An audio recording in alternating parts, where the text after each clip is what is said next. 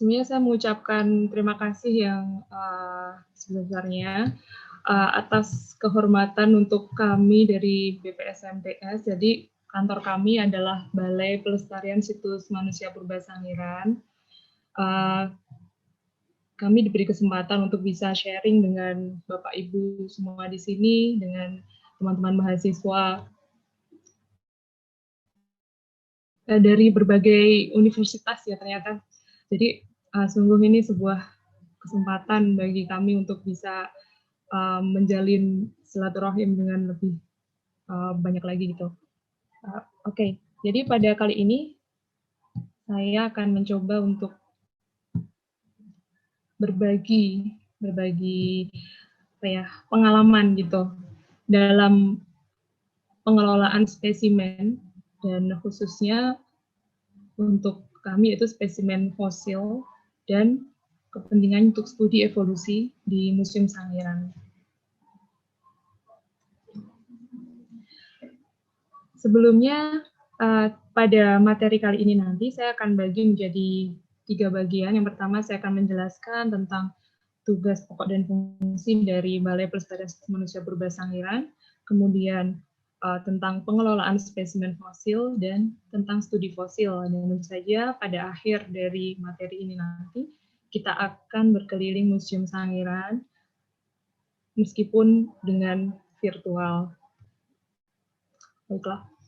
Jadi berdasarkan Permendikbud nomor 26 tahun 2020 tentang organisasi dan tata kerja UPT di Kemendikbud, kami BPSMPS memiliki fungsi di pelindungan, pengembangan, dan pemanfaatan situs manusia purba.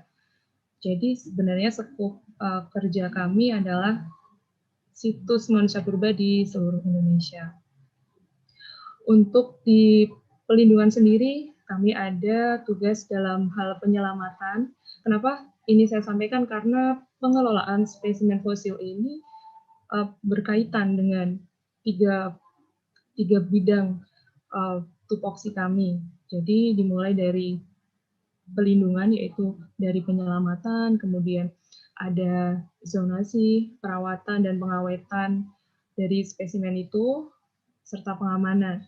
Selanjutnya, di bagian pengembangan, yaitu kami memiliki tugas untuk mengembangkan nilai-nilai penting yang ada dari situs manusia purba beserta isinya. Kemudian untuk di pemanfaatan sendiri, kami bertugas bagaimana situs manusia purba Sangiran dan situs manusia purba lain di Indonesia ini, selain kita lindungi, juga memberikan manfaat yang lebih luas bagi masyarakat gitu. Dan disinilah ada Museum Manusia Purba Sangiran itu, karena kami memiliki fungsi untuk melakukan penyajian koleksi dan publikasi. Jadi kami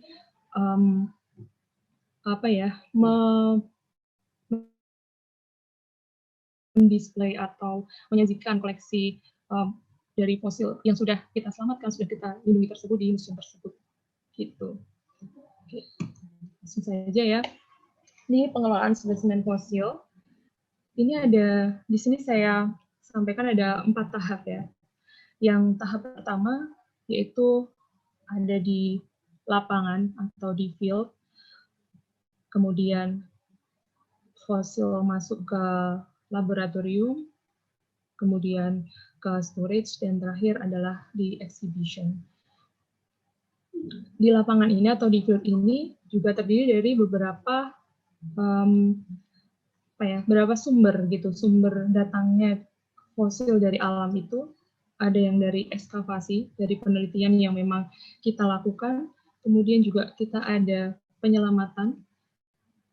Penyelamatan ini maksudnya adalah kayak fosil yang ada di masyarakat. Jadi situs yang kami lindungi ini masih aktif dihuni oleh masyarakat yang memang mereka memiliki hak penuh terhadap tanah yang mereka tempati gitu. Jadi karena situsnya masih sangat produktif, jadi setiap waktu mereka sangat besar kemungkinan untuk menemukan fosil, dan ketika mereka melaporkan, maka kami akan melakukan penyelamatan terhadap fosil tersebut. Bahkan mereka juga menemukan karena mungkin itu adalah sudah ada di permukaan dan mereka membawanya ke kami.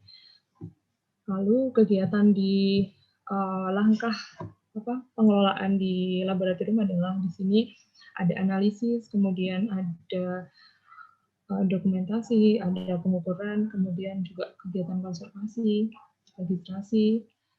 Setelah semuanya selesai, baru kita lakukan inventarisasi dan monitoring untuk status dari keterawatan fosil tersebut.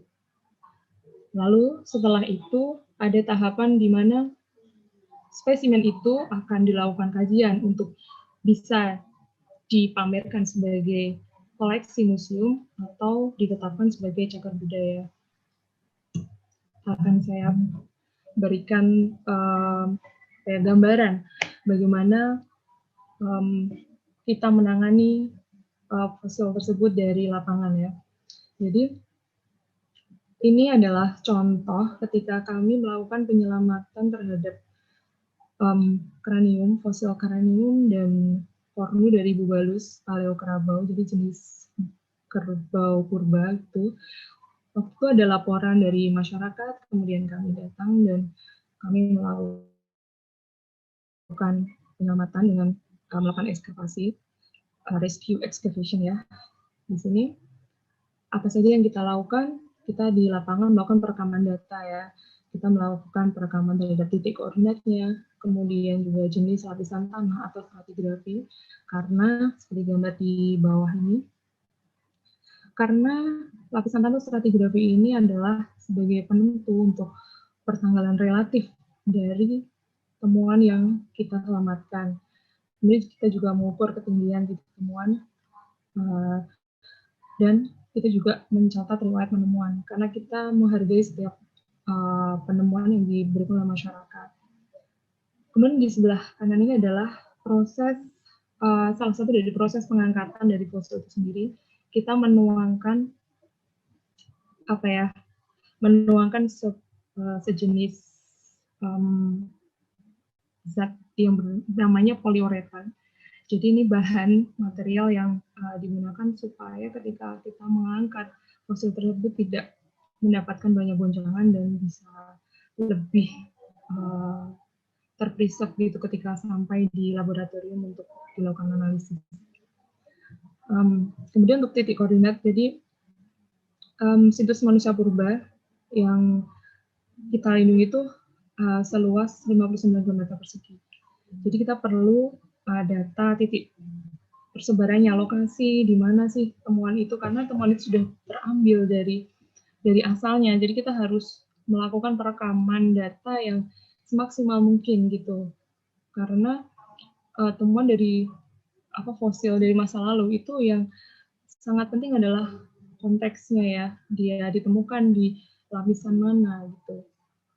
Jadi kita harus cukup berhati-hati dan merekam data di lapangan selengkap mungkin.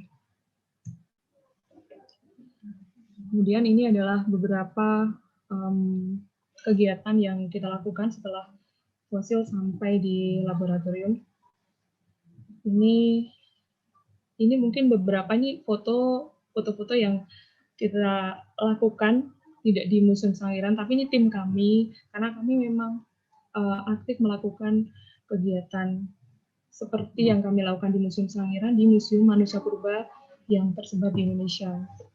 Jadi di bawah ini petugas sedang melakukan perekaman data seperti warna, menggunakan skala Mansell, kemudian melakukan pengukuran kekerasan, kadar air,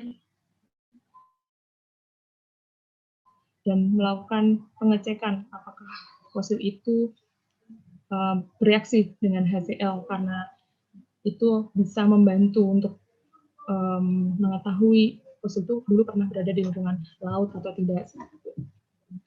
Kemudian juga kita melakukan analisis anatomi, taksonomi, itu mengukur, melakukan analisis morfometrinya, melakukan pengukuran. Kita seringnya sih memang masih manual ya, kita melakukan pengukuran menggunakan kaliper, kemudian juga menggunakan meteran, sesuai dengan bentuk fosil. Tapi sebenarnya kita juga punya alat yang sudah lebih canggih, yaitu ada 3D scanner, karena sekarang sudah kemajuan teknologi ini sudah semakin memungkinkan kita untuk melakukan pengukuran tidak menyentuh bendanya gitu, dengan koleksi yang kita rekam dengan 3D scanner ini kita bisa melakukan pengukuran dimanapun gitu, tanpa membawa bendanya. Kemudian kita juga bisa tapi ini hanya dilakukan di mungkin untuk kajian-kajian tertentu ya, kita melakukan pengecekan unsur kimia dari spesimen fosil atau mungkin juga lapisan tanah, spesimen sampel tanah itu dengan XRF. Oh ya, penting juga untuk dilakukan adalah kita melakukan analisis taxonomy. Jadi kita melihat spesimen fosil yang kita temukan itu di situ bagaimana bentuknya. Misalnya pada gigi, apakah dia rounded atau dia masih memiliki tingkat ketajaman yang bagus, sehingga itu merujuk pada ini. Jadi taxonomy itu kan ilmu yang mempelajari tentang proses ketika fosil itu pertama kali dia mati, waktu itu belum jadi fosil gitu, dia pertama kali jatuh di tanah, kemudian dia mulai terkubur sampai dia ditemukan lagi, itu mengalami berbagai proses, dan itu yang akan menjadi pertimbangan, apakah fosil ini benar-benar berasal dari tempat dia ditemukan, atau mungkin dia tertransportasi cukup jauh, atau mungkin justru di situ juga terlihat ada jejak-jejak, misalnya jejak dari binatang pengerat yang memakan dari tulang itu, ataukah jejak dari manusia yang mungkin dulu berburu dan menggunakannya sebagai makanan itu. Kemudian kami juga melakukan konservasi. Jadi tahap konservasi ini dimulai dari pembersihan, kemudian juga kita melakukan rekonstruksi, melakukan pengawetan pada spesimen fosil yang sudah mengalami kerusakan gitu. Dan tentu kami juga melakukan dokumentasi, baik itu foto dan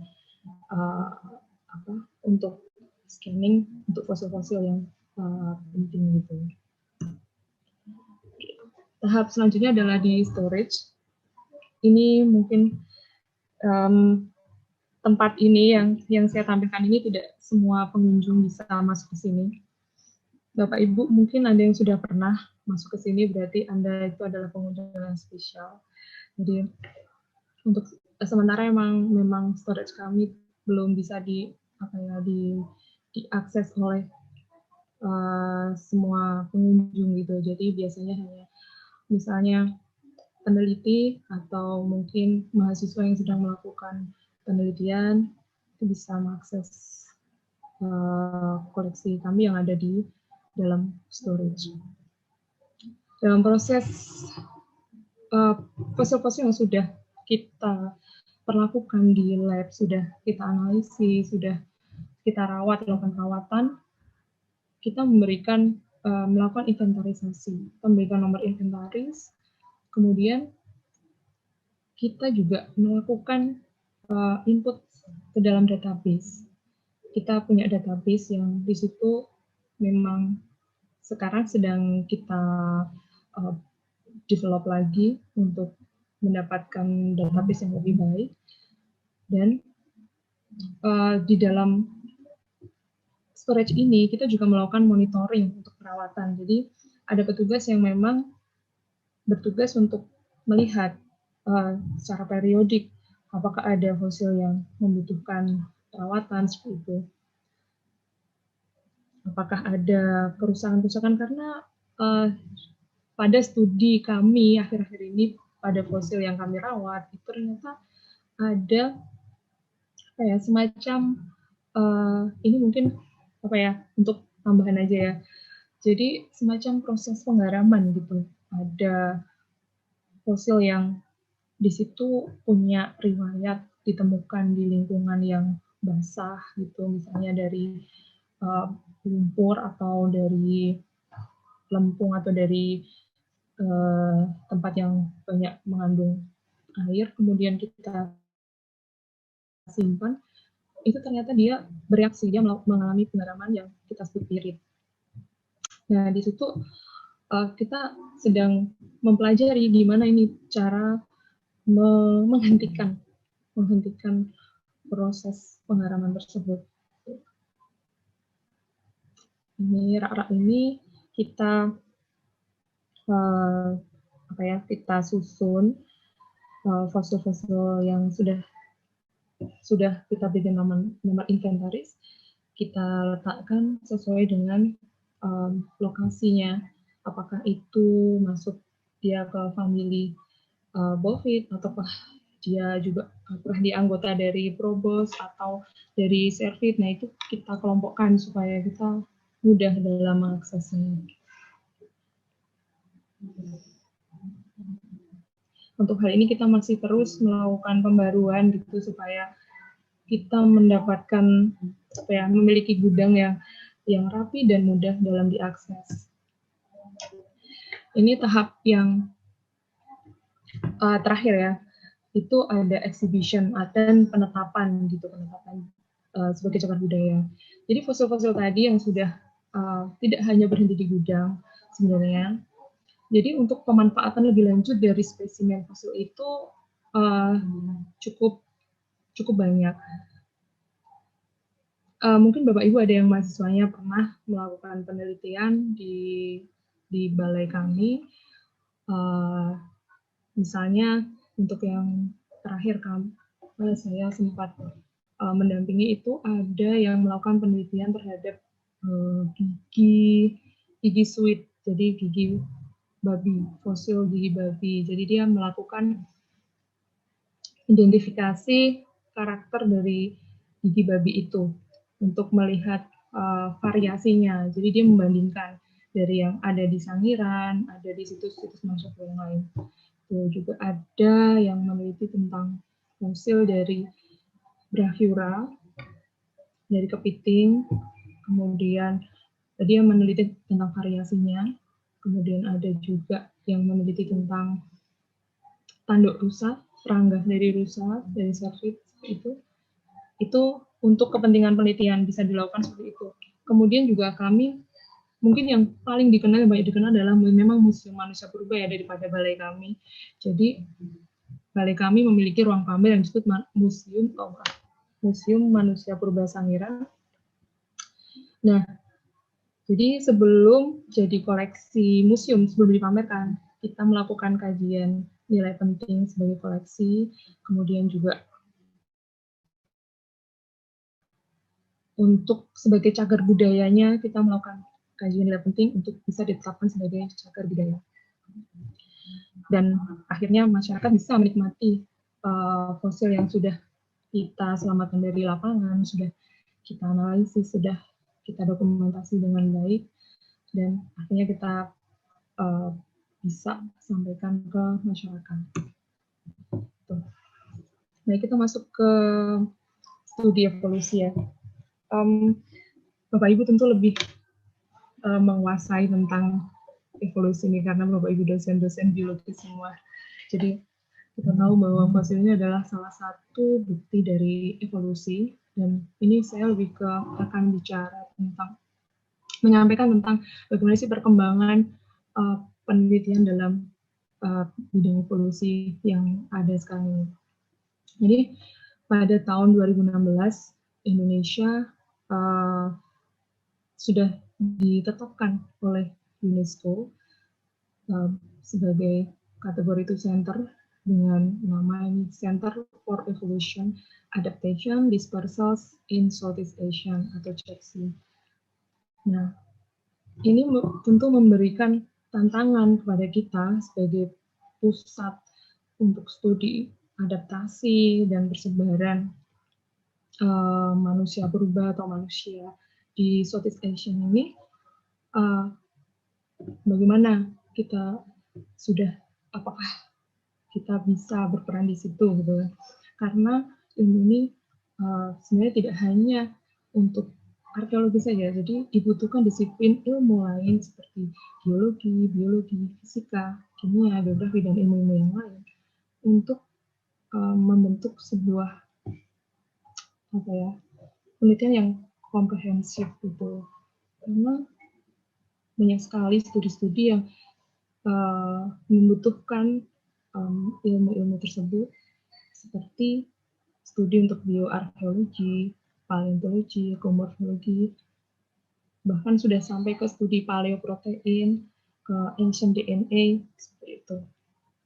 Dan spesimennya sendiri tidak hanya spesimen fosil ya, yang berbau-bau purbakala gitu, yang dinami gitu. Jadi sedimen itu juga sangat penting gitu untuk kita lihat, kita teliti, karena di situ kita bisa melihat ada pollen, pitolit gitu untuk melakukan rekonstruksi paleo environment, bahkan juga untuk di alat batunya kita juga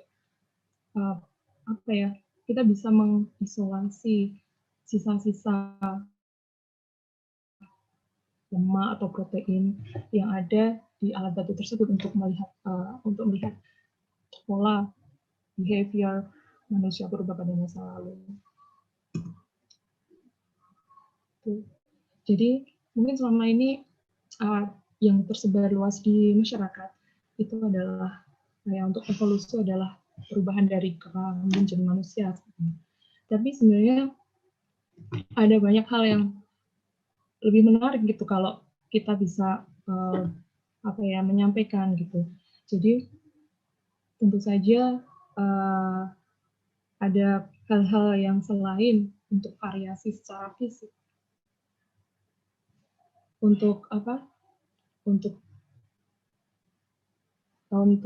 variasi secara fisik, misalnya manusia purba yang ada Homo erectus itu ada tiga variasi gitu. Ada perubahan, ada evolusi, 3 tingkat evolusi dari Homo erectus arkaik, kemudian menjadi tipik dan progresif.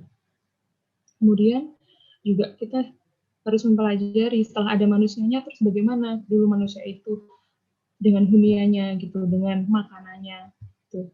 Di situ ilmu biologi juga berperan gitu, untuk melakukan rekonstruksi dari subsistensi manusia purba di masa lalu. Ini juga untuk bagaimana dengan behavior, dengan alat-alat yang mereka lakukan. Itu menjadi topik-topik yang sebenarnya harus lebih dikenalkan dalam evolusi itu, dibanding dengan mungkin adanya kontroversial yang selama ini mungkin jadi membuat orang jadi malas gitu untuk belajar evolusi. Ini adalah beberapa mungkin gambaran ya, ada jurnal-jurnal yang berhubungan dengan evolution gitu, untuk ada quaternary maksudnya berhubungan dengan spesimen fosil yang digunakan untuk studi evolusi gitu ya. Untuk quaternary DNA ini ada, jadi DNA udah mulai diisolasi gitu. DNA yang berasal dari masa sekitar 2 juta tahun yang lalu itu sudah mulai diisolasi. Kemudian ada juga ini assessing prey competition in fossil carnivore communities, a scenario for prey competition and its evolutionary consequence for tigers in Paleocene Java. Ini Christian Hetter, dia melakukan pengukuran biomasa pada fosil-fosil harimau yang ada di Jawa untuk melihat bagaimana hubungan dia sebagai karnivor dengan prey-nya gitu. Kemudian juga ini ada Pleistocene Paleovegetation Report from Plant Wax Biomarkers from the Natural Formation West Turkana, Kenya. Ini jadi mereka mengisolasi wax atau latnganilin ya dari tanaman yang untuk merekonstruksi tumbuhan pada masa lalu, pada kala Pleistocene.